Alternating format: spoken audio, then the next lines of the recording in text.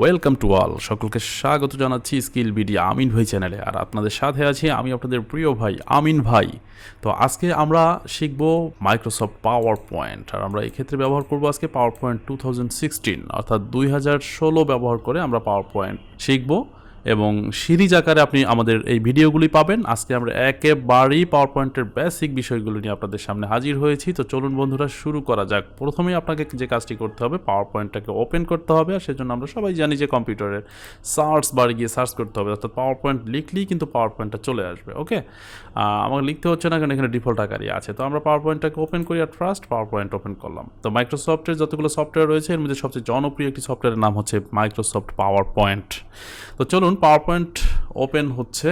তো ওপেন করতে গিয়ে আমরা প্রথমেই যখন প্রেস করলাম সাথে সাথে আমরা এই ইন্টারফেসটি পেলাম। এখানে রয়েছে home, new, open, account, feedback option, অনেক কিছু রয়েছে। ওকে, তো এখানে আপনি দেখতে পাচ্ছেন ব্ল্যাঙ্ক প্রেজেন্টেশন, এটা রয়েছে অরেঞ্জ বুস্ট, কালার শটস, তারপরে রয়েছে ওভেন ফাইবার। এগুলো হচ্ছে প্রত্যেকটাই একটা একটা প্যাটার্ন, অর্থাৎ যেই প্যাটার্নে আপনি আপনার প্রেজেন্টেশনটাকে সাজাতে চাচ্ছেন সেটা ডিফল্ট কিছু প্যাটার্ন কিন্তু এখানে দিয়ে রেখেছে। ওকে, তো আমরা সাধারণত কাজ করব ব্ল্যাঙ্ক প্রেজেন্টেশন নিয়ে। আর এই প্যাটার্নগুলো আপনি ক্লিক করে দেখতে পারেন। হ্যাঁ, এগুলো হচ্ছে যেই ইমেজটা দেখতে পাচ্ছেন এই ইমেজ দিয়ে আপনার প্রেজেন্টেশনটা শুরু হবে। তো আমরা শুরু করব আজকে ব্ল্যাঙ্ক প্রেজেন্টেশন। আর নিচে যে বিষয়গুলো দেখছেন এগুলো হচ্ছে রিসেন্ট যে ফাইলগুলো নিয়ে আপনি কাজ করেছেন, সেই রিসেন্ট ফাইল এখানে ডিফল্ট আকারে থাকে, যাতে আপনি খুব সিম্পলি এক ক্লিকের মাধ্যমে ফাইলটাকে ওপেন করে নিতে পারেন। ঠিক আছে, তো আমরা ব্ল্যাঙ্ক প্রেজেন্টেশন নিয়ে কাজ শুরু করলাম। ওকে, ফাইন।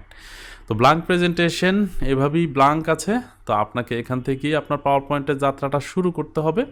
তো আমরা প্রথমেই একেবারে বেসিক কিছু ধারণা আপনাকে দিচ্ছি, আর সেটি হচ্ছে মেনু। উপরে আপনি যে বিষয়গুলো দেখতে পাচ্ছেন এগুলো হচ্ছে প্রত্যেকটাই কি মেনু, অর্থাৎ এই যে ফাইলের ভিতরে একটু আগে আমরা যেখান থেকে আসলাম ওই মেনুগুলোই রয়েছে। এরপরে হোমের ভিতরে আপনারা দেখতে পাচ্ছেন অনেকগুলো টুলস রয়েছে।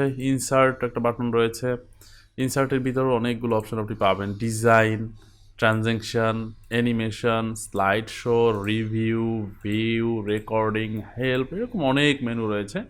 প্রত্যেক মেনুর আন্ডারেই কিন্তু রয়েছে কি অসংখ্য টুলস, অর্থাৎ এই মেনুগুলোর মাধ্যমে অর্থাৎ এই মেনুগুলোর আন্ডারে যে টুলসগুলো রয়েছে প্রত্যেকটা টুলসের ব্যবহার আমরা বিস্তারিতভাবে শিখব, এবং সেটা সিরিজ আকারে। অর্থাৎ আজকে হচ্ছে একেবারে বেসিক পাওয়ার পয়েন্টের পার্ট 1, শুধু পাওয়ার পয়েন্টটা 1 করলাম।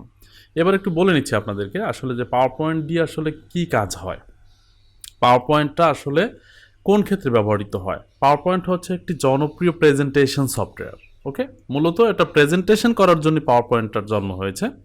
তো এখন পাওয়ার পয়েন্টের আপডেট আস্তে আস্তে এখন কিন্তু পাওয়ার পয়েন্টের বেসিকের সাথে অর্থাৎ সে যে প্রেজেন্টেশনের সাথে আরও অনেকগুলো ফিচার কিন্তু দিন বাই দিন যোগ হচ্ছে।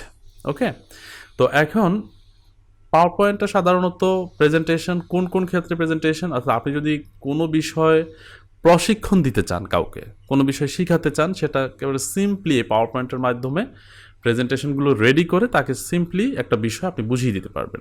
আর এখন সবচেয়ে বেশি পাওয়ার পয়েন্টের ব্যবহার শুরু হয়েছে কিন্তু স্কুল, কলেজ, ইউনিভার্সিটিতে। কারণ হচ্ছে বাংলাদেশ সরকার যে ডিজিটাল পদ্ধতিতে শিক্ষা ব্যবস্থার যে কার্যক্রম হাতে নিয়েছে, সেখানে মাল্টিমিডিয়া প্রজেক্টরের মাধ্যমে যে ক্লাসগুলো হয়, সেই প্রজেক্টরে যে স্লাইডগুলো উপস্থাপন হয় ম্যাক্সিমাম ক্ষেত্রেই সেখানে কিন্তু এই পাওয়ার পয়েন্টের ব্যবহার। সুতরাং পাওয়ার পয়েন্টের ব্যবহারটা আপনাকে জানা খুবই প্রয়োজন। আপডেট যে ফিচারগুলো, পাওয়ার পয়েন্টকে ব্যবহার করে আপনি কিন্তু এখন অ্যানিমেশন ভিডিও তৈরি করতে পারছেন, বিভিন্ন রকম অ্যানিমেশন তৈরি করতে পারছেন। পাওয়ার পয়েন্টকে ব্যবহার করে এখন আপনি ভিডিও এডিটিংয়ের কাজ করতে পারছেন। পাওয়ার পয়েন্টকে ব্যবহার করে আপনি স্ক্রিন রেকর্ড করতে পারছেন। ওকে, তো পাওয়ার পয়েন্ট এখন নানাবিধ কাজে ব্যবহৃত হয়। ইভেন আমি এখন পাওয়ার পয়েন্টকে ব্যবহার করছি বিভিন্ন রকম লোগো ডিজাইন করার জন্য। আমি পাওয়ার পয়েন্টকে ব্যবহার করে থাকি। একবার সিম্পলি খুব সহজে যদি কোনো লোগো ডিজাইন করতে হয়, বিশেষ করে অনলাইনে ব্যবহার করার জন্য ইউটিউব চ্যানেলের লোগো। ওকে, ইউটিউব নিয়ে যারা কাজ করে, ইউটিউবার যারা, তারা খুব সিম্পলি অর্থাৎ ফটোশপ, ইলাস্ট্রেটরে গিয়ে একটা থাম্বনেল তৈরি করতে যে সময় লাগবে, হ্যাঁ, আর পাওয়ার পয়েন্টে কিন্তু সেটা মুহূর্তেই তৈরি করা যায়। সেটা হচ্ছে ইউটিউবের থাম্বনেল। এই থাম্বনেলগুলো কিন্তু আপনি চাইলে কি পাওয়ার পয়েন্ট ব্যবহার করে খুব সিম্পলি তৈরি করে ফেলতে পারেন। ওকে, তো এখন পাওয়ার পয়েন্টের নানাবিধ ব্যবহার। সুতরাং পাওয়ার পয়েন্টটাকে যদি আমরা খুব ভালোভাবে শিখতে পারি, রপ্ত করতে পারি, তাহলে আমরা ভবিষ্যতে নিজে প্রথমত যেটা বাড়বে সেটা হচ্ছে নিজের কনফিডেন্ট, যে আমি অনেক কিছু শিখে ফেলেছি। সিম্পলি খুব সহজেই অনেক কিছু শিখতে পারবেন, কনফিডেন্টটা বাড়বে।